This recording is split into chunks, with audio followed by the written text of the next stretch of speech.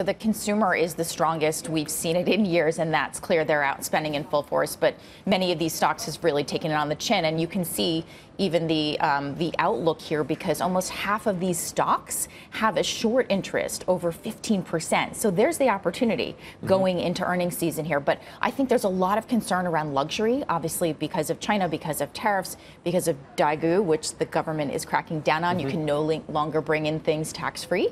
So I think there are a lot of concerns in retail. Some of them are overblown, and I think there are certain sectors that you definitely want to take a look at here.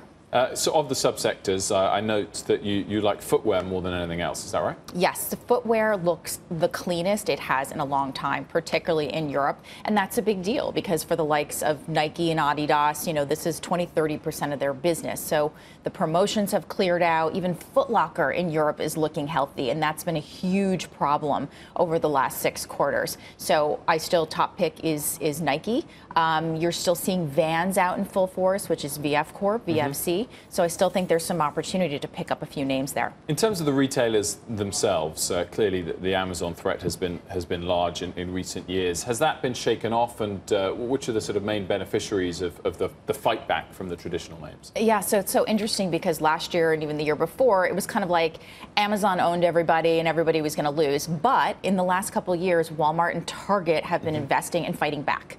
And Target just announced that they're going to do 2-day shipping free with no threshold. That is a game changer. Can they afford it, though? Is that a margin issue for them this quarter? They can. It will hurt margins a bit, and I think that the street expects that. But the big deal is that they're drawing the consumer back and pulling back, particularly in fashion, as Amazon, you know, pushes the pedal in that sector. They're winning that back with their private label business. And whether it's Target or Walmart, as you mentioned, can they all keep up with Amazon's wage increases? See, you know, it's so interesting because there are clearly labor shortages this season. So the likes of Kohl's started hiring in June.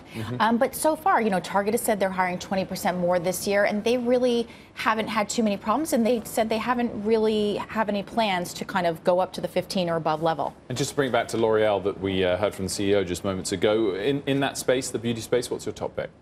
So Ulta, for sure. So Ulta has disrupted, certainly, the cosmetics business. You're seeing the death, or not the total death of the department stores, but cosmetics are leaving the department stores. Nobody wants to shop like that anymore. So Ulta's a huge winner, still has store growth, fantastic concept, and finally getting the ability to kind of guide right and speak to the street correctly.